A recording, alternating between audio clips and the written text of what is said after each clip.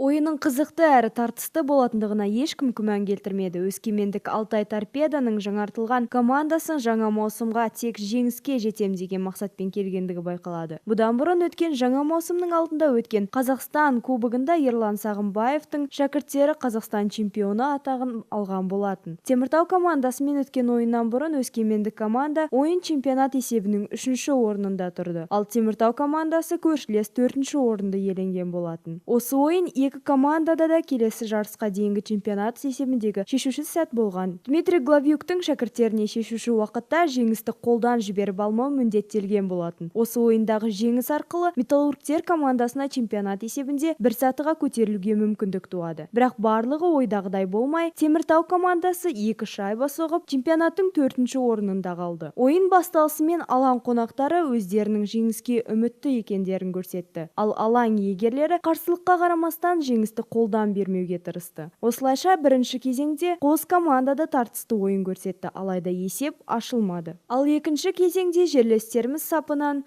Александр Писарев, Никита Незнамов қос шайба соғып теміртаулықтарды алға шығарғанымен, арада 3 минут өтпей жатып Михаил Рахманов есепті қысқартып кетті. Екінші кезеңде 2-1 есебімен Теміртау командасы алға шықты. 3-ші 20 минутта қонақтар ойынға бар күштерін салып кірісті. Нәтижесінде есепті теңестірді. Бұл кезеңде Артем Булдарев ерекшеленді. Кезең барысында басқа шайба соғылған жоқ. Қосымша берілген 5 минутта жеңімпаз анықталмады. Ойын қорытындысы буллит сериясында анықталды. Буллит сериясында өскемендіктердің мерейі үстем болып, 3-2 есебімен Алтай Торпедо 1 ұпаймен алға шықты. Жеңіс алып келген шайбаны Александр Меншиков салды. Осы ойыннан кейін өскемендік Алтай Торпедо командасы Қазақстан чемпионатындағы өз қоржындарына тағы да 1 ұпай алып келді. Теміртаулық команда 4-ші орында қалды.